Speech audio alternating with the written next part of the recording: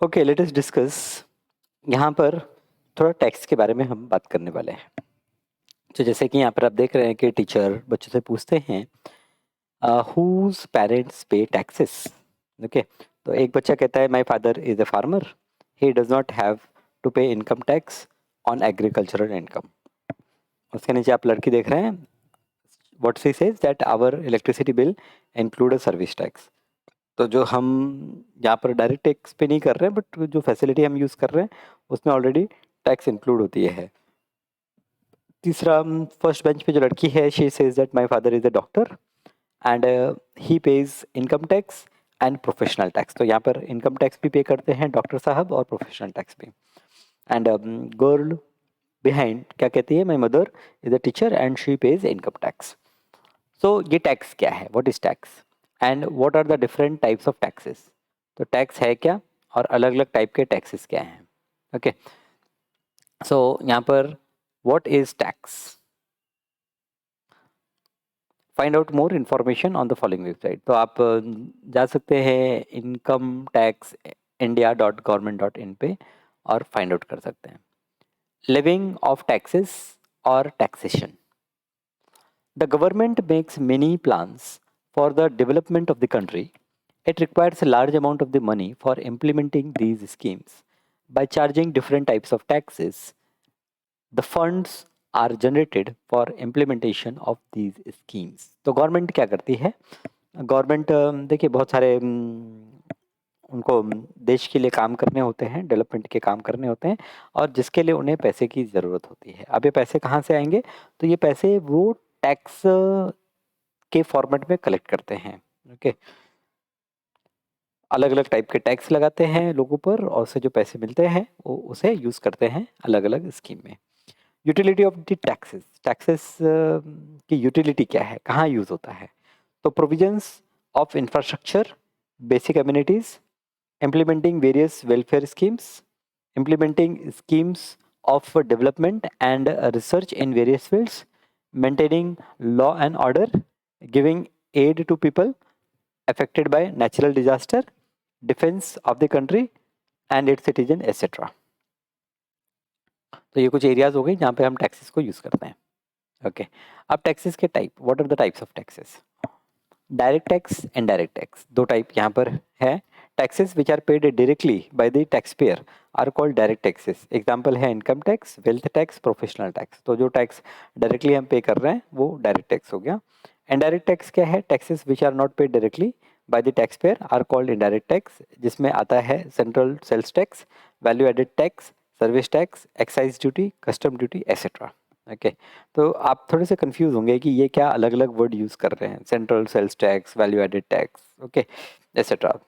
तो ठीक है, इनडायरेक्ट टैक्स मतलब जैसे पहला एक एग्जांपल भी हमने देखा था कि एक लड़की ने बोला कि इलेक्ट्रिसिटी का बिल पे करते हैं उसमें सर्विस टैक्स ऑलरेडी इंक्लूड होता है। तो आप तो पे कर रहे हैं इलेक्ट्रिसिटी का बिल, लेकिन वो इलेक्ट्रिसिटी का बिल आपने 1000 रुपीज़ पे किया इलेक्ट्रिसिटी कंज्यूम करने के लिए, लेकिन 1000 रुपीज़ पे कुछ आपने सर्विस टैक्स भी पे कर दिया।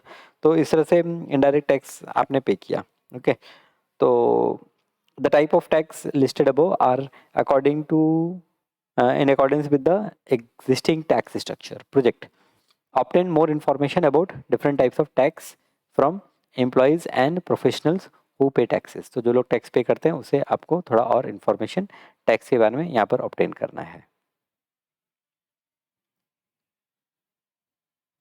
अब आते हैं, पहला समझते हैं कि इनकम टैक्स क्या है, what is income tax. If the income earned in India by an individual, institute or authorized industry exceeds the limit specified under the Income Tax Act, income tax is levied on it.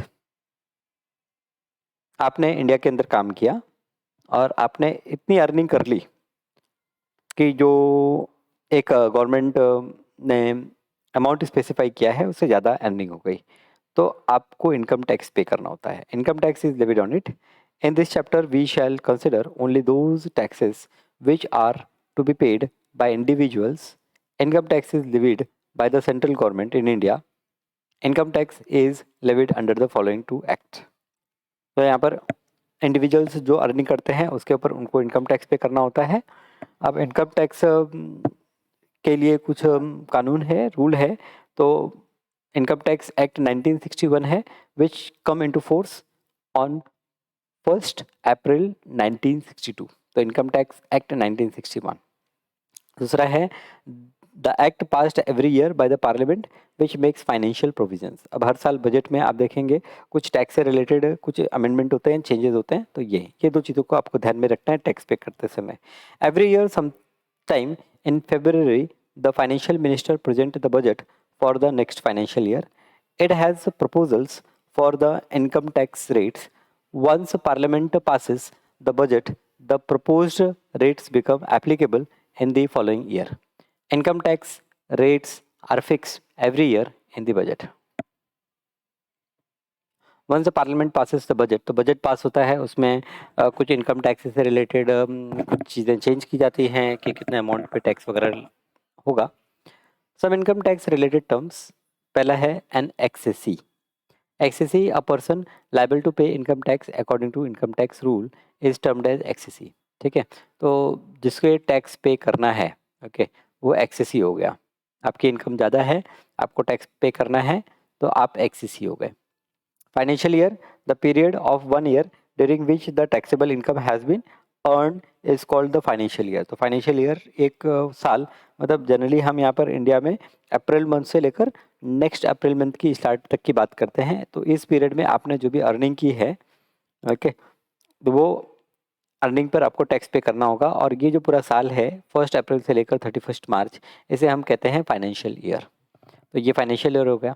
Assessment year, the financial year immediately following a particular financial year is called assessment year.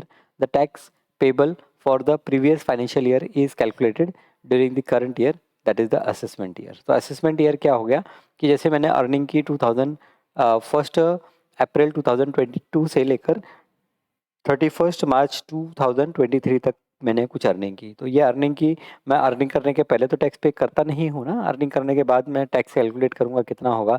तो ये जो year ख़त्म हो जाता है 31 मार्च 2023 को, इसके बाद का जो समय होता है, इसके बाद का जो ईयर होता है, that is called assessment year.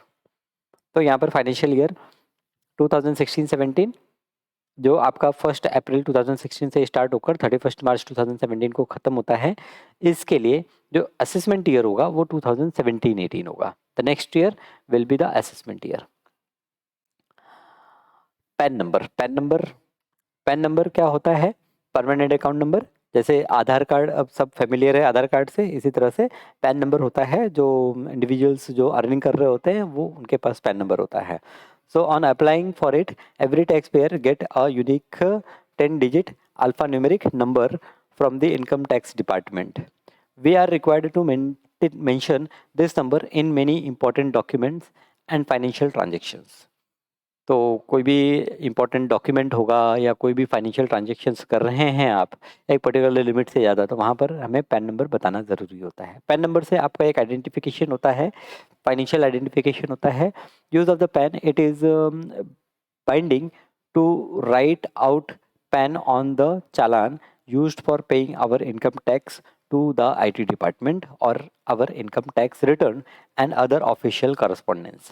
PAN card can also be use as a proof of identity. तो ये जो पैन कार्ड हमको मिलता है, इसको हम कोई भी फाइनेंशियल ट्रांजेक्शन्स के लिए तो यूज़ करते ही करते हैं, प्लस आईडी के तौर पे भी यूज़ करते हैं आइडेंटिटी कार्ड, क्योंकि हर एक आदमी को एक अलग पैन कार्ड मिलता है। ओके, एक अलग नंबर होता है। Now computation of income tax. अब ये तो हमने समझ लिया कि एक पर्टिकुलर इनकम से ज़्यादा अगर हम इनकम कर रहे हैं तो हमें इनकम टैक्स पे करना होगा। तो ये इनकम टैक्स कैसे कैलकुलेट होता है? An income tax is a tax levied on income. It is necessary to know about the different source of income.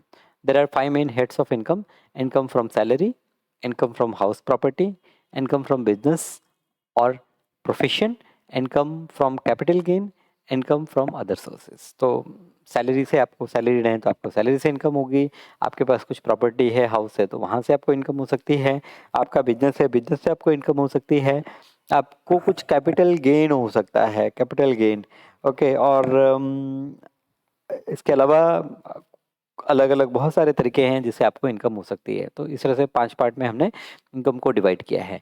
Important consideration for computing the income tax payable by the salaried employees. The total annual income, gross total income, is taken into account for calculating the tax payable. According to the section 80C, 80D, 80G, etc. of the Income Tax Act, some deductions can be availed from the total annual income. The amount remaining after these deductions are made is called taxable income. Income tax is levied on this taxable income. Every year, the rules for computing income tax are changed. Hence, it is important to know the latest rule when actual calculating the tax payable. Okay, तो क्योंकि हर साल rule change होते रहते हैं, तो जिस साल आप कैलकुलेट कर रहे हैं टैक्स, उस साल के नियम आपको पता होने चाहिए. No tax is levied up to a certain limit of taxable income. This is called the basic exemption limit. अब क्या होता है कि कुछ इनकम ऐसी होती है जिसके ऊपर आपको टैक्स नहीं पे करना होता है, तो उसे हम कहते हैं basic exemption limit. Farmers income from agricultural produce is exempted from taxation. Under Section 80G of the IT Act, donation to the Prime Minister's Relief Fund, Chief Minister's Relief Fund, and certain other donations recognized to institutions, organizations are exempted from taxation. तो कुछ donations आप करते हैं जिसे हम exempt करते हैं. मतलब exempt करते हैं मतलब वो फिर आपकी सैलरी में उतना अमाउंट कंसिडर नहीं किया जाएगा, कम कंसिडर किया जाएगा, और फिर जो बैलेंस है उसके ऊपर टैक्स फाइंड आउट किया जाएगा. Under section 18D, instalments of the premium for health insurance are exempted from taxations. Generally the maximum permissible deduction to the various kinds of saving under section 80C is rupees 1,50,000. तो section 80C के under okay आप काफ़ी कुछ investment करते हैं जिस पे आपको टैक्स पे नहीं करना होता.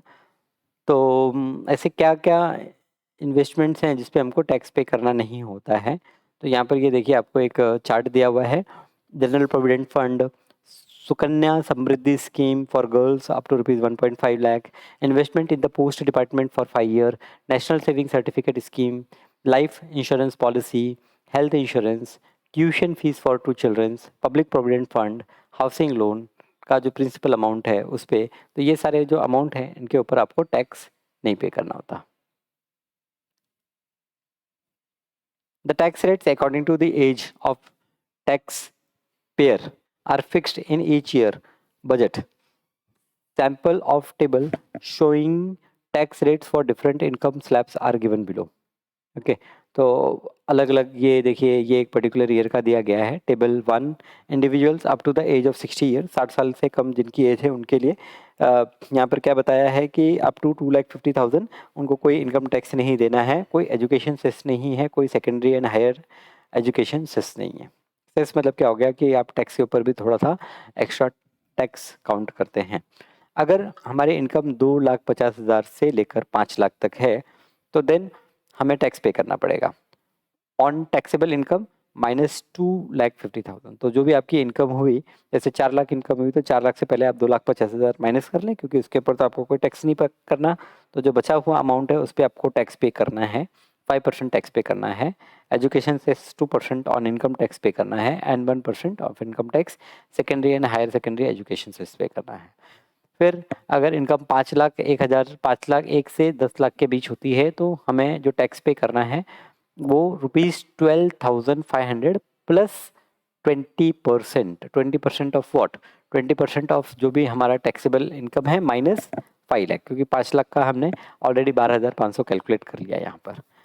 2% ऑफ इनकम टैक्स ये हमारा एजुकेशन सेस होगा एंड 1% ऑफ इनकम टैक्स ये हमारा secondary and higher education cess होगा. इसी तरह से अगर 10 लाख से ऊपर हमने इनकम की है तो हमारा जो टैक्स होता है वो 1,12,500 प्लस 30% जो 10 लाख के ऊपर हम इनकम करेंगे. और यहाँ पर हमें 2% income tax as education cess pay करना है and 1% of income tax as a secondary education cess पर पे करना है. Surcharge equal to 10% of the income tax payable by individual having an annual income of rupees 50 lakh to 1 crore rupee, and 15% of income tax by individual having an annual income greater than 1 crore rupee. तो यहाँ पर 1 करोड़ के ऊपर 50 लाख के ऊपर, 50 लाख के ऊपर अगर हमारी इनकम हो रही है तो 10% हमें सरचार्ज पे करना है, और अगर हमारी इनकम 1 करोड़ के ऊपर हो रही है तो 15% सरचार्ज पे करना है। ओके, तो 45-50% तक तो टैक्स ही आपको पे करना है। Activity, use the table 1 given above and write the appropriate amount figure in the boxes. Mr. Mehta's annual income is 4,50,000. अब 4,50,000 है. If he does not have any saving by which he can claim deductions from his income, to which slab does his taxable income belong? तो उसकी taxable income किस slab में belong करती है? तो ये 2,50,000 एक से लेकर 5 लाख के बीच में belong करती है. Okay. What is the amount on which he will have to pay income tax and at what percent rate? What is the amount on which he will have to pay income tax? अबे किस amount पर income tax pay करना है? तो 4,50,000 से 2,50,000 minus करेंगे तो जो बैलेंस 2 लाख है उस पर पे करना है, और कितना परसेंट पे करना है? तो 5% पे करना है. On what amount will the cess be levied? On what amount? तो जो आपने इनकम टैक्स कैलकुलेट किया है ना, वो इनकम टैक्स पे आपको सेस लगाना होगा. इनकम टैक्स पे मतलब जैसे मेरा कुछ 5 लाख की इनकम है और सपोज 12,000 मेरा इनकम टैक्स है, तो जो होगा ना वो 1% 12,000 का होगा. ओके, तो जो आपका इनकम टैक्स होता है ना उसके ऊपर आपको सेस देना पड़ता है. ऐसे ही यहाँ पर देखिए, ये एक सेकेंड चार्ट है जहाँ पर सीनियर सिटीजन्स जिनकी एज 60 ईयर्स से 80 ईयर्स के बीच में है, तो आप देख पा रहे हैं कि अप टू 3 लाख उनको कोई टैक्स नहीं पे करना है. 3 lakh to 5 lakh 5% tax pay करना है. 5 से 10 लाख आपको 10,000 प्लस 20% पे करना है, एंड मोर देन 10 लाख आपको 1,10,000 प्लस 30% पे करना है.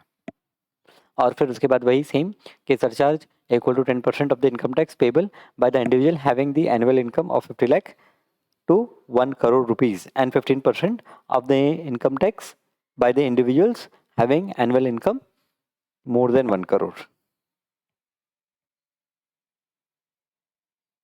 ठीक. अच्छा, एक्टिविटी, यहाँ पर एक एक्टिविटी दी है. एक्टिविटी क्या है? Use table 2 to carry out the following activity. Okay. Mister Pandit 75 year of age, last year his annual income was 13,25,000 रुपये. How much is his taxable income? तो टैक्सेबल इनकम निकालने के लिए and how much tax he has to pay, so 13,25,000 से 10 lakh minus कर देंगे. क्यों 10 lakh minus कर रहे हैं आप? क्योंकि यहाँ पर आप देखें कि 10 लाख के बाद जो इनकम है उसके लिए आपका जो इंटरेस्ट कैलकुलेट करना है वो 1,10,000 प्लस 30% जो बैलेंस है उसका कैलकुलेट करना है. तो आप क्या करेंगे? पहले 10 लाख माइनस कर देंगे तो कुछ 3,25,000 आ गए. अब according to the table you must pay 1,10,000 as income tax. In addition on rupees 3,25,000 30% पे करना है. तो 3,25,000 पे 30% निकाला हमने, और फिर ये दोनों को ऐड कर दिया, हमें टोटल आ गया. तो यहाँ पर अगर एक्टिविटी ये कंप्लीट करें तो 3,25,000 का 30%, so 325 97,500. तो यहाँ पर व अमाउंट है 1,10,000 plus 97,500 is equals to 2,07,500. 2,07,500. Beside this, education cess will be 2% of income tax. So 2% of income tax. So 2% of ये 2,07,500 का 2%, तो इसका हम 2% कैलकुलेट कर लेते हैं, और कुछ 4,150. A secondary and higher education cess 1% of income tax. अब 1% ऑफ इनकम टैक्स, तो ये 2,07,500 का 1%, तो क्या हो जाएगा?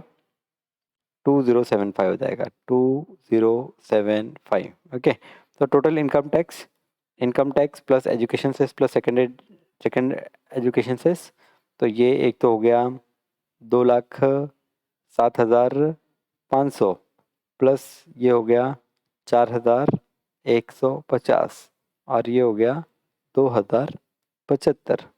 तो ये सारी चीज़ें, तो पहला वैल्यू 2,07,500 प्लस दूसरा 4,150 प्लस तीसरा 2,075। तो टोटल यहाँ पर 2,13,725। ओके, अरे वाह, यहाँ पर ये कैलकुलेट किया हुआ है। ओके, ठीक है। अब तीसरा टेबल आता है सुपर सीनियर सिटीजन्स जिनकी एज 80 साल से ज़्यादा है। 80 साल से ज़्यादा है तो आपको 5 लाख तक कोई पे नहीं करना है टैक्स।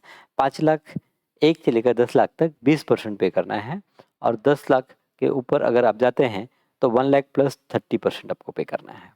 और सरचार्ज यहाँ पर भी है 10% on the income payable by individual having an annual income of 50 lakh and more, and 15% अगर 1 करोड़ से ज़्यादा इनकम है। प्रोजेक्ट यहाँ पर आपको दिया है कि obtain the information about section 80C, 80G, 80D of the income tax, study the pan card and make a note of all the informations it contain. तो पैन कार्ड को आप देखिए, पैन कार्ड पे क्या क्या जानकारी लिखी है। Obtain the information about all the devices and means used to carry out cash minus transactions. Cash minus transaction means without cash आप ट्रांजेक्शन्स कैसे कैसे कर सकते हैं, वो सब जानकारी आपको इकट्ठा करनी है। ओके, अब आते हैं हम लोग कुछ प्रॉब्लम्स पे। From the following solved examples we will learn how the table given and the deductions available to the individuals are used to compute the income tax. Mr. Matre is a 50-year-old. His gross total income is rupees 12 lakh. He is invested in the following accounts in different scheme. Insurance premium पे करते हैं, investment है provident fund में, PPF में investment है, national saving certificate उन्होंने ले रखा है 20,000 का। Find out the permissible deductions, taxable income and income tax payable. Okay, तो टोटल ईयरली इनकम इनकी है 12 लाख। ओके, अब सेविंग इन्होंने क्या क्या कर ली, इंश्योरेंस प्रीमियम पे कर लिया 90,000 का, प्रोविडेंट फंड में 25,000 का इन्वेस्टमेंट कर दिया, पब्लिक प्रोविडेंट फंड में 15,000 का इन्वेस्टमेंट कर दिया, नेशनल सेविंग सर्टिफिकेट में 20,000 का इन्वेस्टमेंट कर दिया। तो टोटल इन्वेस्टमेंट इन्होंने 1,50,000 जो लिमिट है वो उन्होंने पे कर दी। तो according to section 80C a maximum deduction of 1,50,000 is permissible. So therefore taxable income क्या हो जाएगी, 12 लाख से 1,50,000 माइनस कर देते हैं, 10,50,000 ये हमारी टैक्सेबल इनकम हो गई। We shall use table 1 to calculate. अब 10,50,000 की टैक्सेबल इनकम हो गई, तो 10,50,000 पे हमें टैक्स कैलकुलेट करना है। ये 10,50,000 10 लाख से ज़्यादा है तो हमें जो टैक्स पे करना होगा, और यहाँ पर एज भी इम्पोर्टेंट है, मैटर करता है। तो 50 साल के हैं तो 50 साल के हैं तो पहला टेबल यूज़ करेंगे, और 1,12,500 प्लस 30% ये चार्ज कैलकुलेट करेंगे। ये आ गया आपका कुछ आपने 30% किसका, जो आपका 10,50,000 में 10 लाख के ऊपर है तो 50,000 पे आपने कैलकुलेट किया, और टोटल आपका इनकम टैक्स हो गया 1,27,500। अभी आपको secondary education cess and primary education cess देना है। तो यहाँ पर educational cess we must also include 2% educational cess and 1% secondary and higher educational cess. तो 2%, 1,27,500 का 2% निकाला, और 1,27,500 का 1% निकाला। फिर यहाँ पर टोटल इनकम टैक्स ये तीनों को ऐड कर दिया, और ये हो गया हमारा टोटल इनकम टैक्स। तो ठीक है, सिंपल है, समझ में आ रहा है किस तरह से निकाल रहे हैं। ओके, चलिए एक और एग्जांपल पे फोकस करते हैं हम। Mister Ahmed 62-year-old senior citizen. अब ये सीनियर सिटीजन है, 60 साल के ऊपर हैं, तो आपको टेबल नंबर 2 देखना पड़ेगा। Mister Ahmed 62-year-old senior citizen is employed in a private company. His total annual income is rupees 6,20,000. He has contributed 1 lakh to the public provident fund and paid premium of 80,000 for the health insurance and a donation of rupees 10,000 in the Chief Minister's Relief Fund. What is the tax payable, tax कितना पे करना होगा, तो यहाँ पर इनकी जो income है वो 6,20,000 है। अब इनको जो डिडक्शन मिलेगा, तो टोटल प्रोविडेंट फंड इन्होंने 1 लाख रुपए वहाँ किए, इंश्योरेंस में 80,000 का किया इन्होंने। अब सीनियर्स के लिए सेक्शन 80C के अकॉर्डिंग जो डिडक्शन है वो 1,50,000 का है। इन्होंने सीएम रिलीफ फंड में भी 10,000 का पेमेंट किया हुआ है। तो जो टैक्सेबल इनकम हो जाएगी वो इनकी हो जाएगी 6,20,000 माइनस 1,50,000 प्लस 10,000। ये 10,000 अलग से क्यों किया है? क्योंकि जो हम सीएम के रिलीफ फंड में या प्रधानमंत्री के रिलीफ फंड में पैसे जमा करते हैं ना, वो टैक्स फ्री होते हैं, उस पर कोई टैक्स नहीं होता है। तो उसको तो आप अलग से माइनस कर सकते हो 1,50,000 के ऊपर भी। तो यहाँ पर टैक्सेबल इनकम आ गई 4,60,000। अब 4,60,000 में 3 लाख पे तो उनको टैक्स पे करना नहीं है, तो इससे 3 लाख हम माइनस कर लेंगे। माइनस करके जो अमाउंट बचता है उसके ऊपर हम 5% का टैक्स अप्लाई कर लेंगे। तो यहाँ पर कुछ 8,000 यहाँ पर हम देख पा रहे हैं, 8,000 टैक्स पे करना है। फिर यहाँ पर education cess 2% education cess and 1% secondary education cess भी यहाँ पर लगाएंगे। ओके, तो ये टेबल जो है, टेबल इम्पॉर्टेंट है, टेबल समझना ज़रूरी है। टेबल में कहाँ कितने अमाउंट पर क्या लगने वाला है वो देखना ज़रूरी है। तो हम देख रहे हैं एजुकेशन सेस 2% है सब जगह पर, और सेकेंडरी एजुकेशन सेस जो है वो 1% है, बराबर। तो ये तो सिंपल चीज़ है, ये याद हो गई होगी आपको।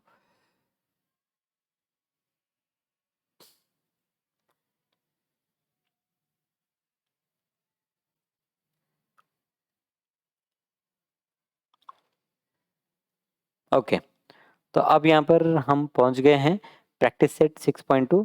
तो प्रैक्टिस सेट 6.2 ये हम, तो प्रैक्टिस सेट 6.2 में सिर्फ 2 क्वेश्चन है, तो क्यों कोई अलग इसके लिए लेक्चर लेंगे, हम यहीं पर ये दोनों जो प्रॉब्लम्स हैं इनको ख़त्म कर देते हैं। तो यहाँ पर पहला प्रॉब्लम, ओके, पहला प्रॉब्लम यहाँ पर है, इसको अलग से ले लेते हैं हम।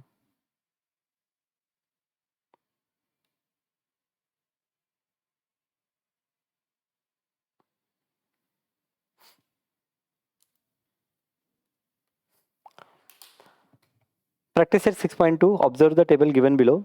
Check and decide whether the individual have to pay income tax. Okay.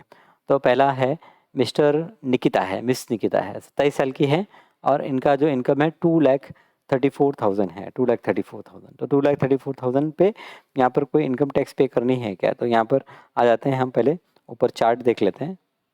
एक काम करते हैं,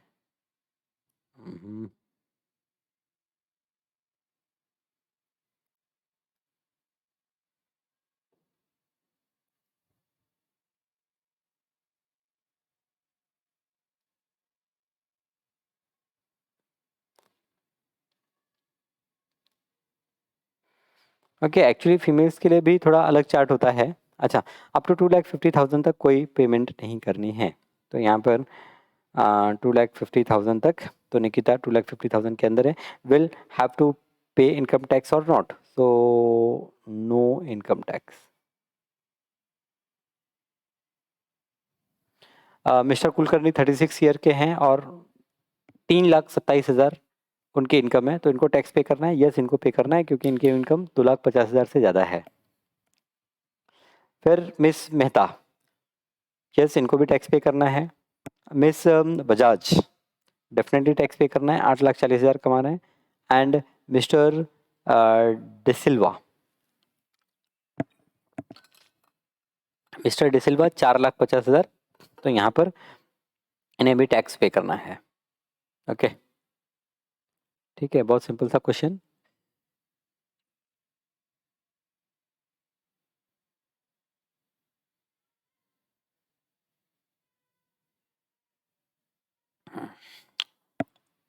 ओके, सेकंड क्वेश्चन।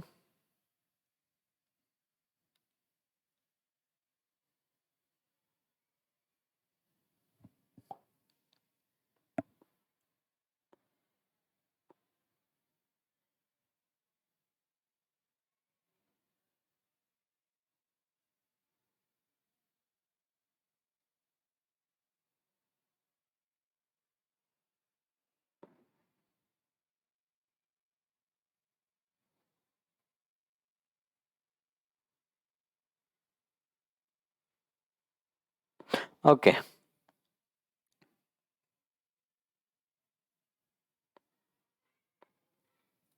ये आपका सेकंड क्वेश्चन दिया है मिस्टर करतार सिंह। मिस्टर करतार सिंह जिनकी एज है 48 year, work in A private company. His monthly income after deduction of allowance is 42,000 and every month he contribute 3,000 to the GPF.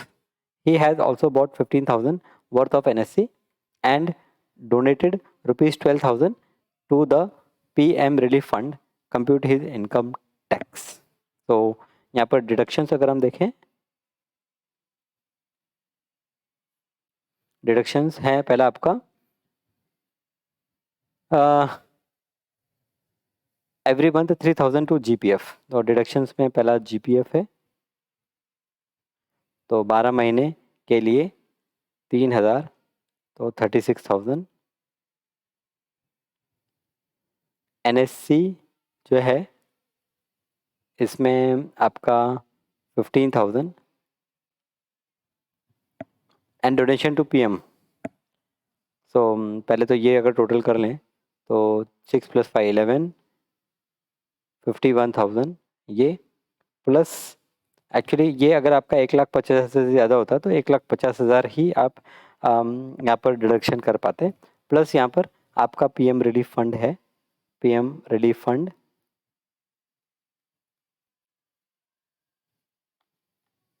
PF relief fund कितना 12,000। तो ये हो गया 63,000। ये आपका टोटल डिडक्शन हो गया। तो टैक्सेबल इनकम, ओके, तो यहाँ पर टैक्सेबल इनकम की अगर हम बात करें,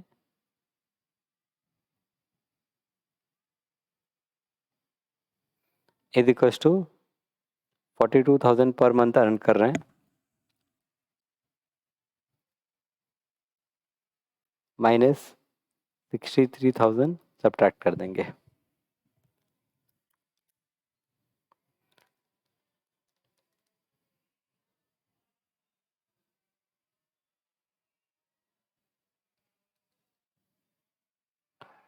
तो 4,41,000 कितना हो गया, 4,41,000 ये टैक्सेबल इनकम हो गई। अब इसके ऊपर टैक्स कैलकुलेट करना है, तो आ, वापस से हम यहाँ पर आ जाएं और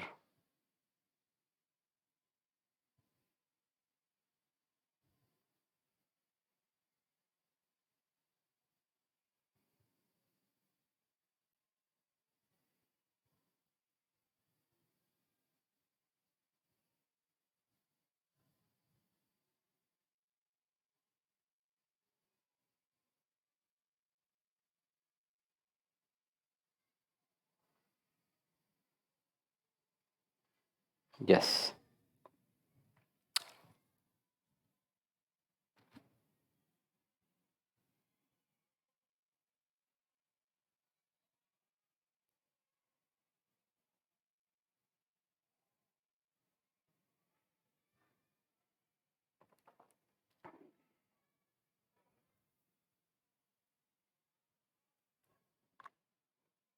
नहीं सीनियर सिटीजन के लिए तो नहीं देखना है हमें।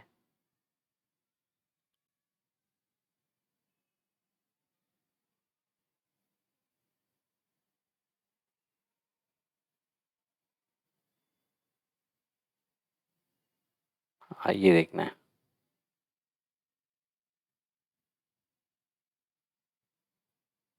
तो यहाँ पर ये जो टैक्सेबल इनकम है ये 4,41,000, तो 4,41,000 मतलब 2,50,000 आप माइनस करेंगे और बैलेंस पे 5%, फिर एजुकेशन से 2%, फिर सेकेंडरी एजुकेशन से 1%। तो यहाँ पर टैक्सेबल इनकम इतना, so therefore income tax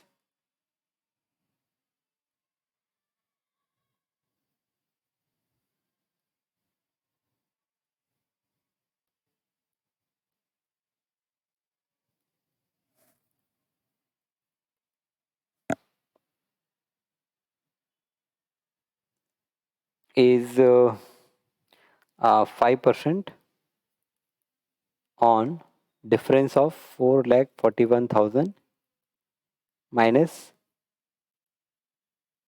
2,50,000. Yes.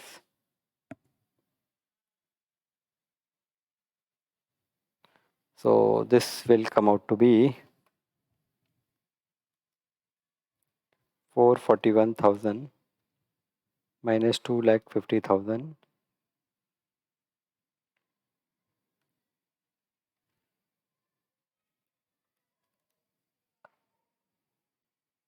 9550. तो ये हो गया 9550.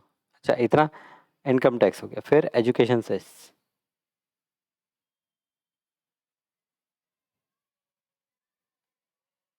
1%, not 1%, 2%. So 2 divided by 100 times 9550.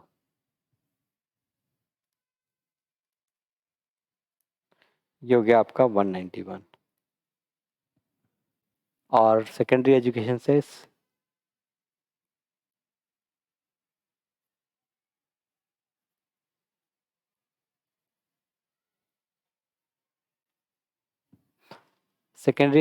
Cess ये 1%.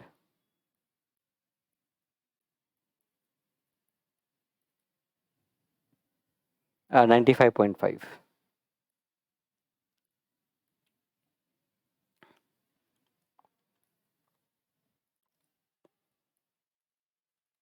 Okay, so therefore total income tax,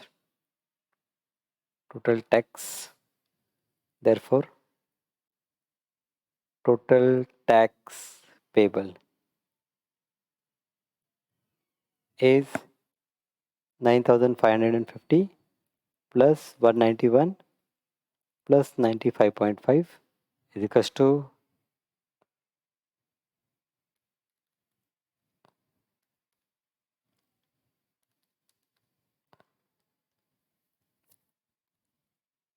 9,836.5. ये टोटल टैक्स पे करना है. ठीक है, तो ये था आपका सेकेंड एक्सरसाइज जिसमें हमने टैक्स से रिलेटेड कॉन्सेप्ट्स को समझा है. आगे लेक्चर में हम डिस्कस करेंगे प्रॉब्लम सेट. तब तक के लिए अपना ध्यान रखें, स्वस्थ रहें, मस्त रहें और थोड़ा पढ़ाई पर फोकस करें.